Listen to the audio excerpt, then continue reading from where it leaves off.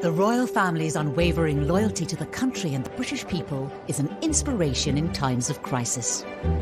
They are brave and they have this rock-hard sense of duty that runs all the way through them. During the Second World War, with British morale at an all-time low, the royal family stepped up, and one member in particular stood out. Putting themselves in the line of danger was integral to the wartime effort, was the Queen Mother's genius, really.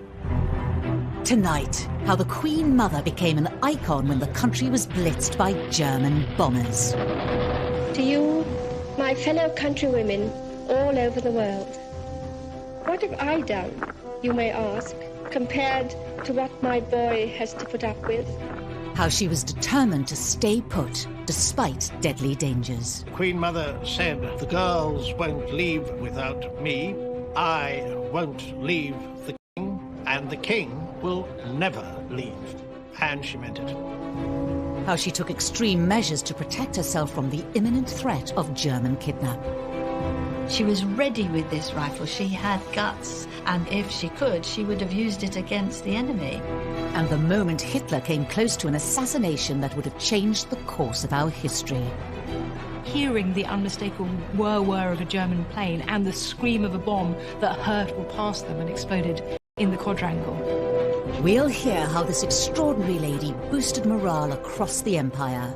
I wish you all every good fortune in the admirable work that you are carrying on. She was leading from the front in saying, "We will get through this," and was the epitome of that British stiff upper lip, but also with a smile on her face at the same time. And how the Queen Mother pulled no punches when it came to the enemy. She made sure that everybody knew that she was practicing killing Germans by killing rats. Hitler famously called the Queen Mother the most dangerous woman in Europe. She actually ended the letter, "Tinkety-tonk, old fruit, and down with the Nazis." The royal family are figureheads for the morale of the nation, through good times and bad. A crisis is really when the monarch has to earn his or her butter. Because it's all very well waving and smiling, but when the country's got real problems, that's when we really expect to see our king or queen. They are brave and they have this rock-hard sense of duty that runs all the way through them. Our Queen witnessed her first national crisis at the outbreak of the Second World War, when she was just 14. But all eyes are widely known as the Queen Mother.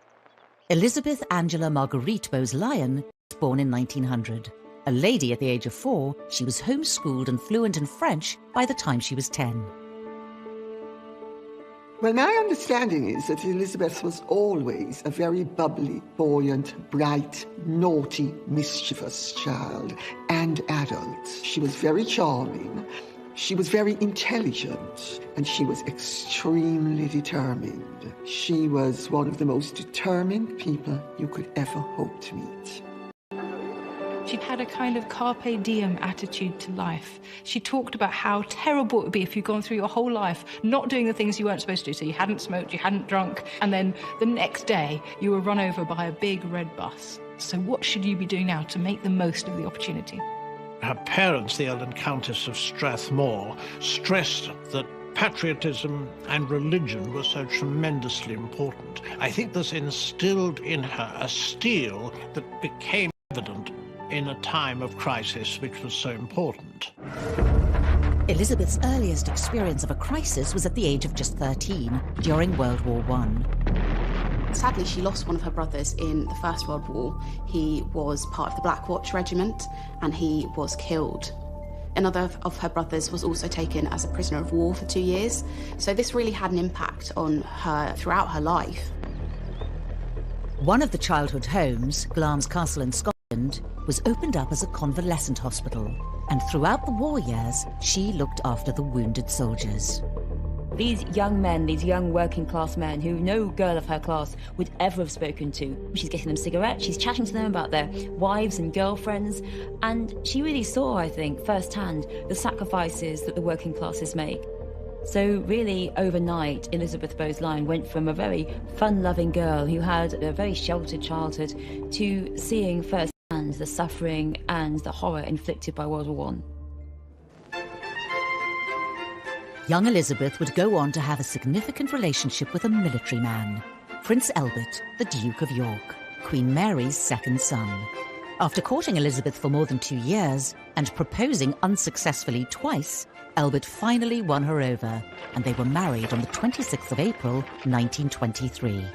People were quite surprised that the Queen Mother, somebody very gregarious, very much a social butterfly, very extrovert, ended up marrying the Duke of York, or Bertie as she affectionately knew him, because he was very shy, had a stutter. I think there were royal watchers thinking, how extraordinary that he has landed this lady. In 1936, their lives changed forever. Wallace Simpson. Overnight, Albert was crowned King George VI, and Elizabeth became Britain's new queen. I rely upon what the Princess Royal said about how Elizabeth felt when she became queen. You know, some people said, oh, she was furious and she didn't want it and all of that. The Princess Royal said, oh, I do wish she'd stopped grinning like a Cheshire cat. It's so unseemly. I think she was absolutely thrilled to be queen and remains thrilled to be queen. Elizabeth quickly adapted to life as queen, and it soon became clear she was not interested in a backseat role. And I would like to say to all those who have been taking part in the display how much I've enjoyed it. It is said that there were 2 kings of England, King George VI and Queen Elizabeth. And in fact, Winston Churchill complained to Lord Beaverbrook, and I got this from my sister-in-law Jeannie, who was his granddaughter, that he didn't think he could continue to have regular audiences with the king, because whenever he needed immediate decisions, the king would say, oh, leave it with me, I'll think on it overnight, meaning I'll consult Elizabeth. She started a mission to get her husband ready for his new life as king.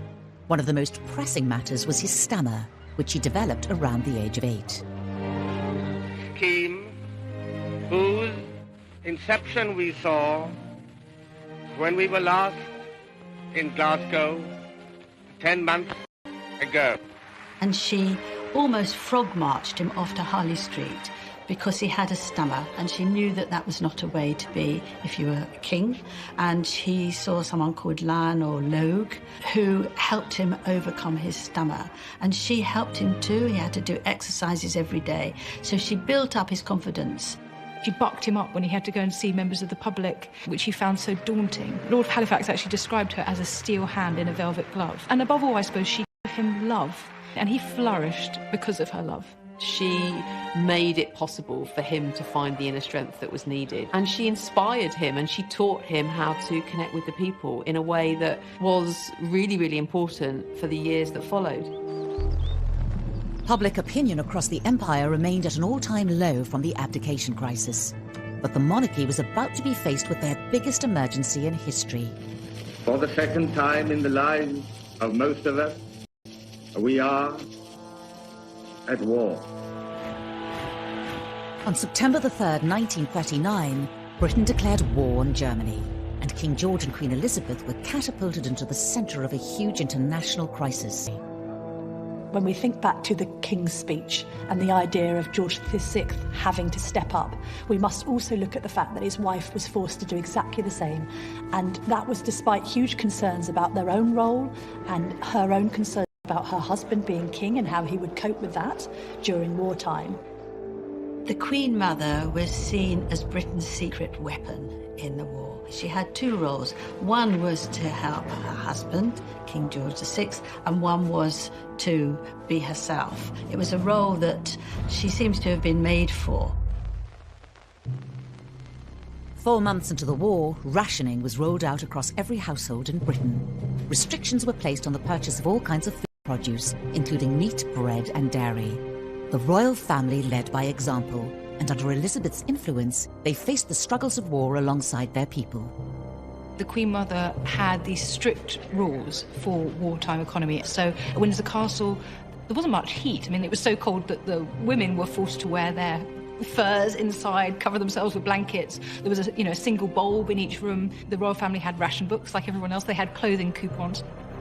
One very touching story There were national appeals for aluminium because it was needed to make the planes, and the Queen Mother encouraged her daughters, Elizabeth and Margaret, to give up their saucepans that they had in their Wendy house. The Queen felt very strongly that she had to show they were all in there together. When Churchill came to visit, he was taken aback by the fact that the Queen Mother had instigated the palace to react positively to rationing. He was given some sandwiches and he said they were disgusting, and were they filled with sawdust?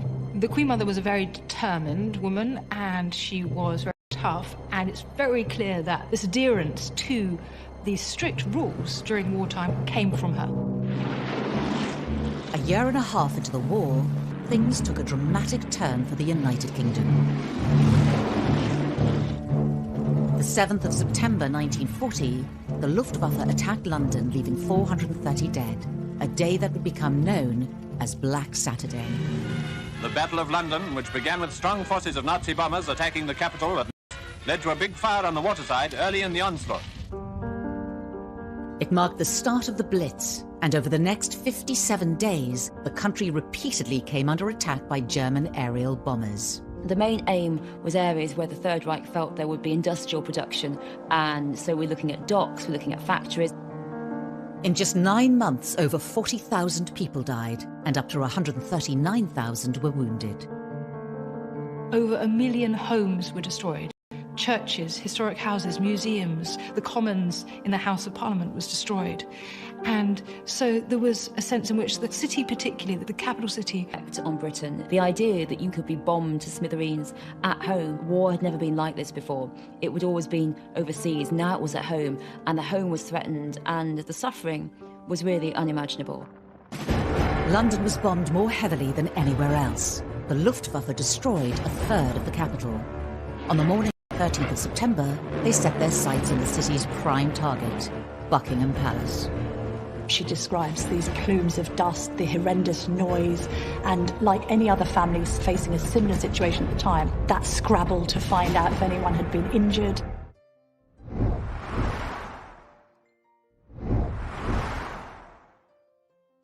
Historically, it was the king's duty to fight on the front lines of war. The last to do so was George II in 1743, during the War of Austrian Succession.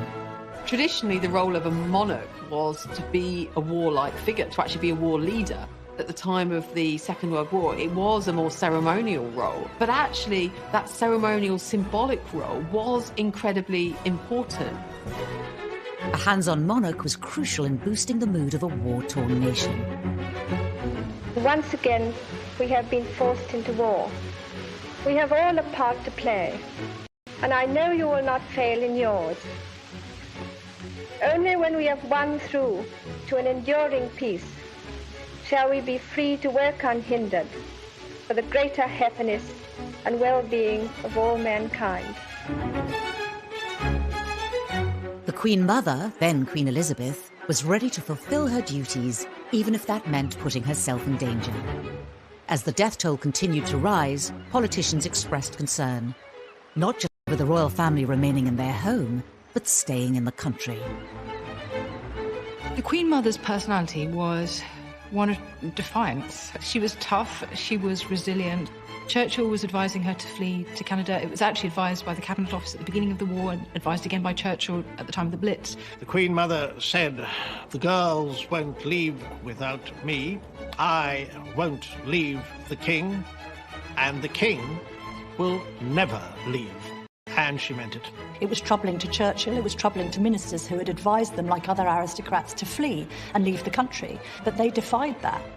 Elizabeth had a great amount of influence over her husband. I don't think he would ever have left the country. He'd have seen it as his role to stay. But I do think that he did consider that Elizabeth and his daughters should go, and she was determined that she should stay, and also that the princesses should stay as well. Elizabeth knew exactly what she was doing. Press reports of the family remaining at the palace portrayed a powerful message to both the enemy and the people at home. The resistance and of British pride. The message was that things weren't that bad. They couldn't be that bad if the King and Queen were still here. So it's very much a sense that they were saying, we are in it with you. This is a narrative of shared suffering. And it's amazing what people can endure if there's a sense of equity about the distribution of the suffering. And so understanding that, putting themselves in the line of danger, was integral to the wartime effort was the Queen Mother's genius, really. Well, I think there was a very strong propaganda message to the royals staying put. It was very much this sense of we will not be defeated. Refusing to leave the most iconic building in the country was a tactical move, but it left the family and their staff vulnerable to attack from the Third Reich. It was a huge risk for the royal family to stay in London at the time of the Blitz. Just like today, the royals are a target. To be able to take one of them out, that would have been a morale boost for the Germans, but it also would have knocked the morale of the Brits as well. German aerial bombers were not the only threat to the royal family. There were rumours of potential kidnap from German parachutists. So with the help of Winston Churchill, Elizabeth took drastic measures to prepare herself. During the war, Churchill came and saw her a great deal, and he gave her a rifle. And so she would go around practicing shooting by trying to kill off rats. But she was ready with this rifle. She had guts. If she could, she would have used it against the enemy. This was seen by many as a clever propaganda technique devised by Elizabeth. She made sure that everybody knew that she was practicing killing Germans by killing rats. There was a link, and the link was that the Nazis were rats. And so the word was leaked that she was at the palace practicing shooting rats. Propaganda is very important in a war.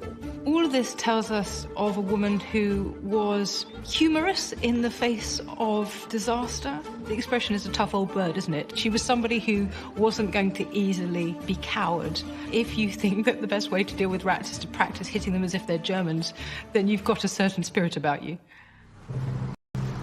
Nothing could prepare Elizabeth for the events that unfolded during September 1940. On the 8th, a 50-kilogram bomb was dropped by the Luftwaffe on the grounds of Buckingham Palace, but it failed to explode. Just a few days later, at 11 a.m. on the 13th of September, the Germans hit the palace again. The Nazis hit Their Majesty's private chapel. The King and Queen had worshipped here only a few hours earlier. An unpublished letter written by Elizabeth gave us a unique insight into what happened that day. We have her writing to her mother-in-law, describing, hearing the unmistakable whir-whir of a German plane and the scream of a bomb that hurtled past them and exploded in the quadrangle. So they were very close to assassination. She says that her knees trembled a little bit after the explosion, which seems reasonable when you've had a bomb almost explode on you. The devastation caused by the 5 high-explosive bombs was terrifying.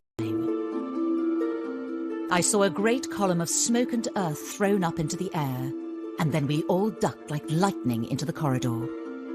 She describes these plumes of dust, the horrendous noise, and like any other family facing a similar situation at the time, that scrabble to find out if anyone had been injured. It didn't take her long to realise that she was actually the person who had to make sure that everybody else was all right, and that would be very much her role. So I imagine that's also quite strengthening, actually, if you can put your own fear aside and sort of concentrate on other people's. And I'm sure she did a very good job, because she was basically a very strong person, and she was very much a leader, and she knew that that was where she could make an impact. She went to check on the housemaids, she went to speak to the chef, and she talks of how the servants were really magnificent. They then retreated to their air raid shelter, which we know the Queen Mother had kitted out in soft furnishings and had fashion magazines on a table to make sure that everyone could be relaxed. But again, they were in there with their staff. Everybody had their nerves shot to pieces, but there was this sense that this was the way things were back then, and that they just had to keep on carrying on, gritting their teeth and getting through it in any way they could. Despite the devastation, Elizabeth's primary concern was her people. She wrote in the letter, "We lunched down in our shelter, and luckily at about 1:30 the all-clear sounded, so we were able to set out on our tour of East and West Ham. The damage there is ghastly." Rather than staying around to deal with their own problems, they went to see those in the East End who'd also been bombed. So that's a private letter, and I think as such it gives us a privileged insight into the character of this woman. The letter also gave a touching and personal description of how Elizabeth was feeling at the time. It does affect me seeing this terrible and senseless destruction. I think that really I mind it much more than being bombed myself. 4 people were injured that day, and later 1 died. The King and Queen had been lucky to walk away unharmed. Churchill himself was not told the closeness of this attack and what had happened until quite a long time later. She wasn't intimidated, she wasn't scared, so I really think that showed it. Her spirit is summed up by the way she said, "Dear old BP," meaning Buckingham Palace, "is still standing." And to a cousin, she actually ended the letter, "Tinkety-tonk, old fruit, and down with the Nazis." The bombing was a pivotal moment in the royal family's relationship with the public. Hitler had actually brought them closer together. I think from the Nazi high command that if they bombed Buckingham Palace, it would create press images of this destitute sovereign, the bombed out palace, and it would lead to despair among the British people. And exactly the opposite happened. 40 reporters were invited to view the damage. All civilized people give thanks that their majesties have escaped the Nazis' barbarous attacks. The Sunday graphic newspaper detailed how that day resonated with so many people. For the second time, a German bomber has tried to bring death and destruction to the home of their majesties. When this war is over, the common danger which King George and Queen Elizabeth have shared with their people will be a cherished memory and an inspiration through the years. The message that was coming out of that was, this beast in Berlin who has tried to assassinate our beloved sovereign, we can't let them get away with this. And there was a sense of pulling together. So immediately, it actually served to do the opposite to what the Germans have thought and became this extraordinary PR opportunity. The king is still in London, in London, like Mr. Jones and Mr. Brown. The king is still in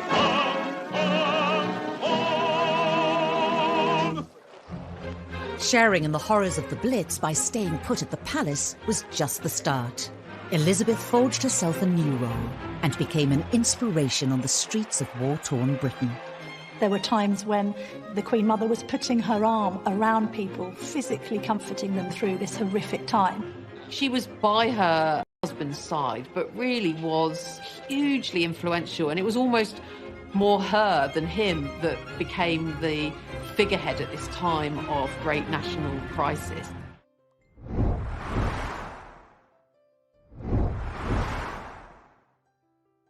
During the early stages of the war, public perception of the royals was not always positive. War broke out only a few years after the abdication crisis, and so the royal family hadn't really recovered in terms of public opinion. The fact that she was wearing her furs and showing off their riches, and it seemed their safety by comparison to those who'd been bombed, really struck a nerve, and there was great hostility. King George and Queen Elizabeth's perseverance and solidarity with their subjects at the outbreak of the Blitz turned the tide. Very severely. The royal visitors were wholeheartedly welcomed everywhere they went, and everywhere they went, their majesties saw and admired the spirit of the people.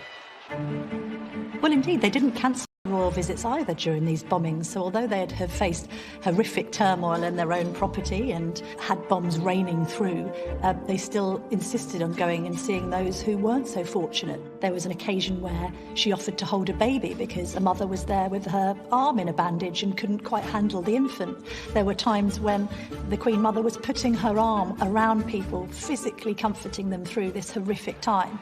After Buckingham Palace was bombed, whereas there'd been booing, jeering beforehand, now it was clear that even if you live in a palace, it doesn't mean you're safe. It doesn't mean that Hitler's not going to attack you. London wasn't the Nazis' only target, and Elizabeth insisted on visiting all sites obliterated by war. Of course, the Germans didn't simply just bomb London, they bombed other parts of the country, and the Queen Mother would go there. She was this kind of on-the-spot task force figure that would go and rally people and sympathise and empathise. They were very much at the forefront of this charm offensive to just try and keep smiles on faces, try and keep morale up, and they did that well beyond the confines of Buckingham Palace and went all over the country doing it. There was an incident in Plymouth in March 1941 when a place which obviously a naval port had been bombed badly during that day. They visited, and after they left that evening, it was faced with another bombardment. They were just between the two. So this was a dangerous strategy, but an important one because it gave the message that they weren't cowards, that British people weren't cowards, that they weren't a cut above the British people. They would go and put themselves in these places, and that they cared about the suffering of their people. And that was such an important message. On the 14th of November 1940, Coventry City Cathedral was struck by 30,000 explosives, killing around 600 people. The city, having been mercilessly bombed throughout a whole night without regard to military targets, now presents a grim appearance of devastation.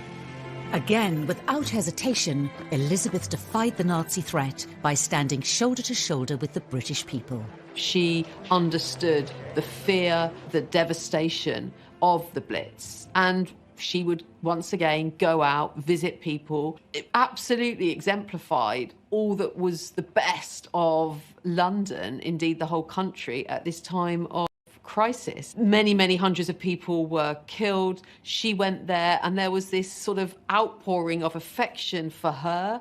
The national anthem was sung by hundreds of people, but it was this reaffirmation of those bonds. It really was hugely influential, and it was almost more her than him that became the figurehead at this time of great national crisis. As a significant part of the monarchy, Elizabeth played a pivotal role supporting the nation in a time of crisis. I think she was determined to do everything in her power to help this country. I mean, obviously she couldn't go and fight, but she could be there to boost morale. Our own Queen Elizabeth has found time, amidst a host of other royal war duties, to institute a sewing bee in Buckingham Palace. Part of, I think, the Queen Mother's psyche of getting through the war was trying to maintain as normal a life as possible. This sense constantly that she would not let the Nazis defeat her didn't just mean in that sense of kowtowing to bombing raids over Buckingham Palace, but equally not to stop her and fellow Britons in their traditional way of life.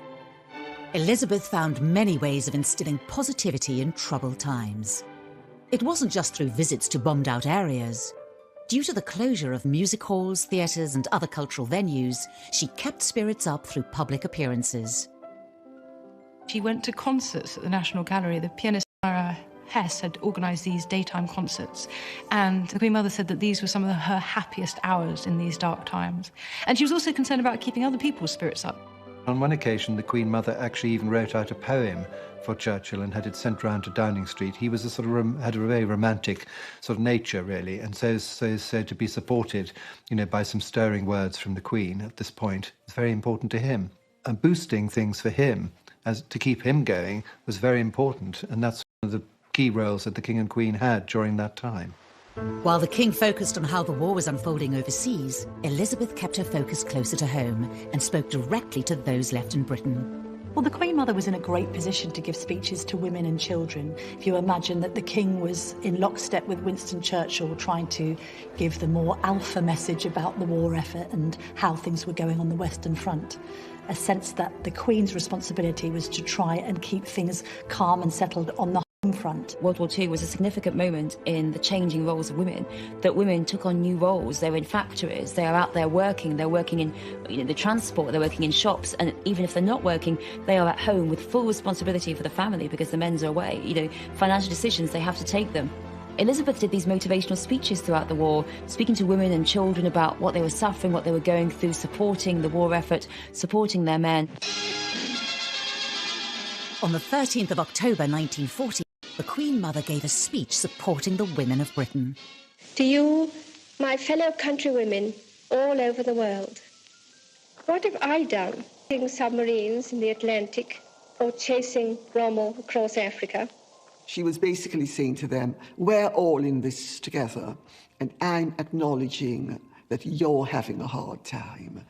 And she made it plain to people that she was sharing their hard time. In your different spheres, you have done all that he has done, and endured all that he has endured.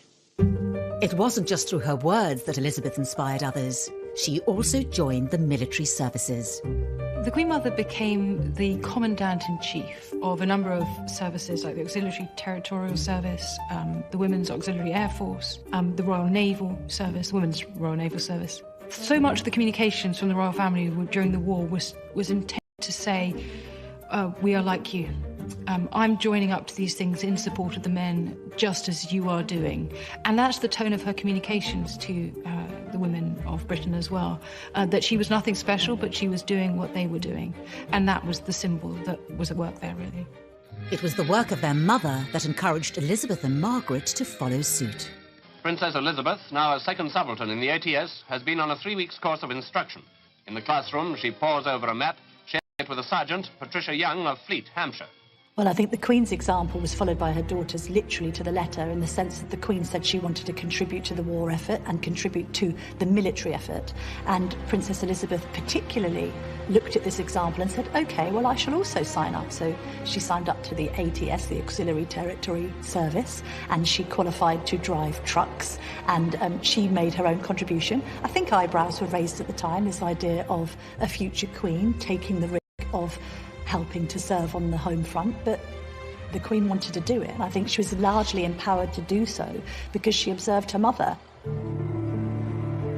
The reputation of the monarchy was now on the rise, thanks to their contribution during the darkest days of war.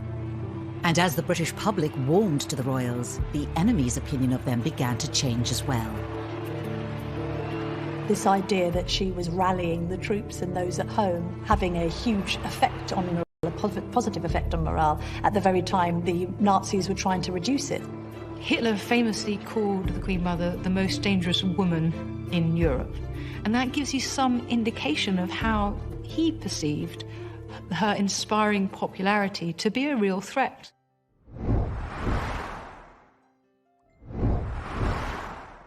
Britain's beloved monarchs were again demonstrating a human sympathy for their subjects, whose courage has never yet been shaken. The Blitz spirit was a rare moment of hope to emerge from the ruins of heavily bombed London during World War II. The British people were brought closer together through the common goal of surviving the war, and the then Queen Elizabeth, now known as the Queen Mother, nurtured the solidarity. The Queen Mother was a key part of Blitz spirit. She really felt that it was her job to give hope. It was her job to go and see people and say, it will be better. And I think she knew that it meant so much to people for her to go out there. Elizabeth was at the forefront of raising the nation's spirits during the war. But in the dark days of the Blitz, would even her best efforts have an impact? Well, I think the Blitz spirit and this idea of keep calm and carry on is very much exemplified in the Queen Mother. That sense of putting duty first, of being visible, of trying to connect with the public, because you are a figurehead on one hand, but also taking this role as mother of the nation. The Queen Mother was this kind of on-the-spot task force figure that would go and rally people. It just gave everybody a sense of hope, a sense of optimism, a sense of strength. And indeed, the Ministry of Supply, when they did figures afterwards of productivity on days after visits from the King and the Queen, productivity would increase. I wish you all every good fortune in the admirable work that you are carrying on. People had had a lift. People were re-energised again, and it was that the Queen Mother really did bring to the war effort. Elizabeth's unsinkable optimism and rabble-rousing character was well received on the home front, but also felt keenly behind enemy lines. Hitler famously called the Queen Mother the most dangerous woman in Europe. And that gives you some indication of how he perceived her inspiring popularity to be a real threat, that actually it would continue to encourage British people to keep going in the face of what looked like certain defeat. It is not putting a smile on their face. I'm sure the Queen Mother loved the notion that Adolf Hitler dubbed her the most dangerous woman in Britain. This idea that she was rallying the troops and those at home and having a huge effect on morale, a positive effect on morale. She was wonderfully defiant. That can't have gone down at all well in Nazi headquarters, I wouldn't have thought.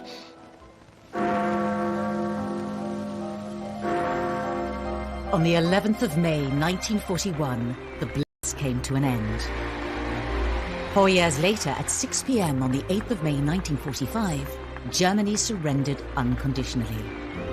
The King broadcast to the nation that the war in Europe was finally over. Germany, the enemy who drove all Europe into war, has been finally overcome. The Queen and I know that the ordeals which you have endured, we are proud to have shared some of them with you. So VE Day, Victory in Europe Day, was huge. The end of the war. But you've got huge, jubilant crowds gathering, people jumping in the fountains in Trafalgar Square. You've got people dancing in the streets. And at the heart of this is thousands of people gathering to pay tribute to the royal family.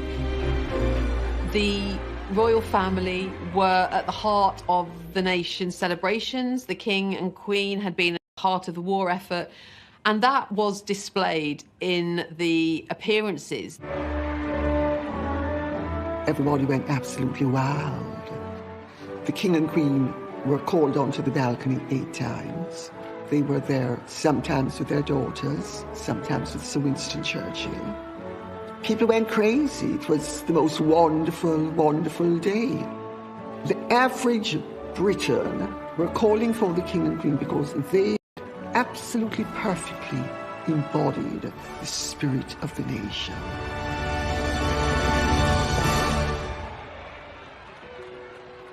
The war had finally come to an end.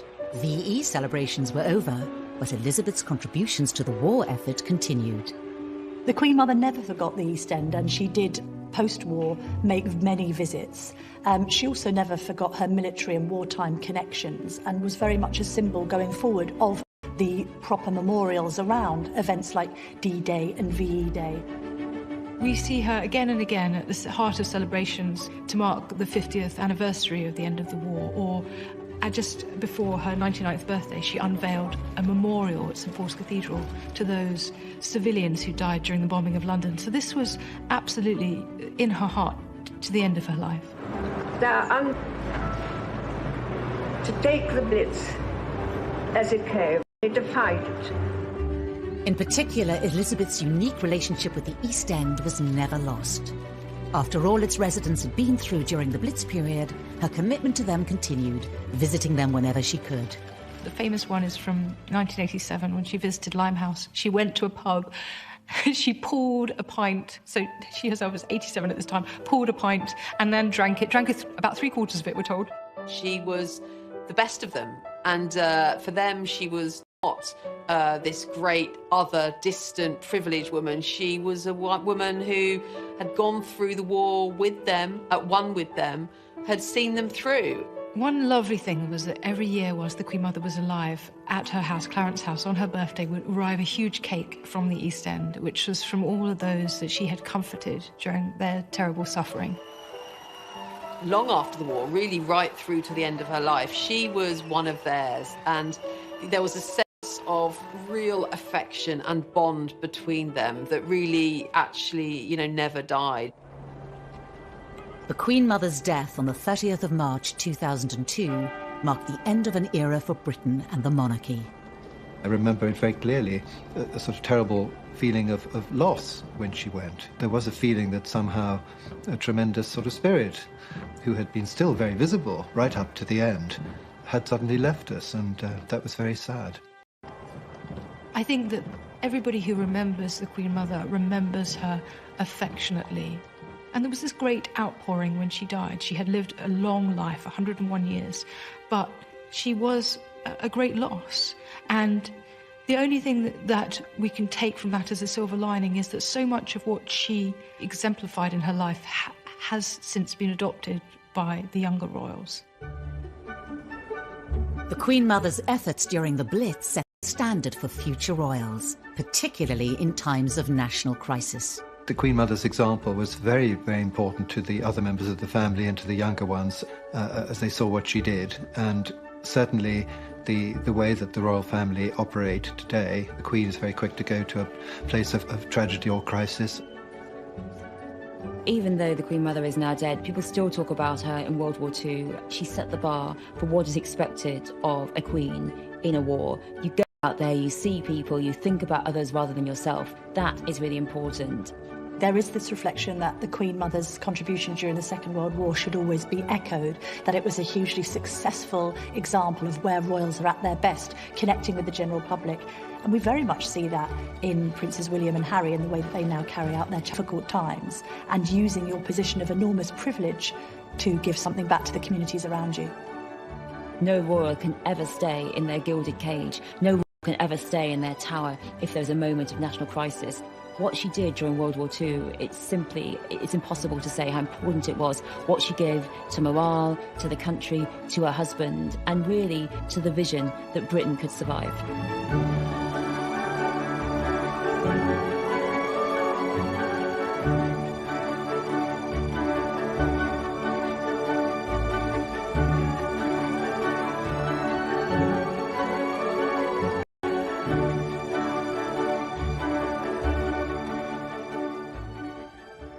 Religion was so tremendously important. I think this instilled in her a steel that became evident in a time of crisis which was so important. Elizabeth's earliest experience of a crisis was at the age of just 13, during World War I. Sadly, she lost one of her brothers in the First World War. He was part of the Black Watch Regiment, and he was killed. Another of her brothers was also taken as a prisoner of war for 2 years. So this really had an impact on her throughout her life. One of the childhood homes, Glamis Castle in Scotland, was opened up as a convalescent hospital. And throughout the war years, she looked after the wounded soldiers. These young men, these young working class men who no girl of her class would ever have spoken to. She's getting them cigarettes, she's chatting to them about their wives and girlfriends, and she really saw, I think, firsthand the sacrifices that the working classes make. So really, overnight, Elizabeth Bowes Lyon went from a very fun-loving girl who had a very sheltered childhood to seeing firsthand the suffering and the horror inflicted by World War I.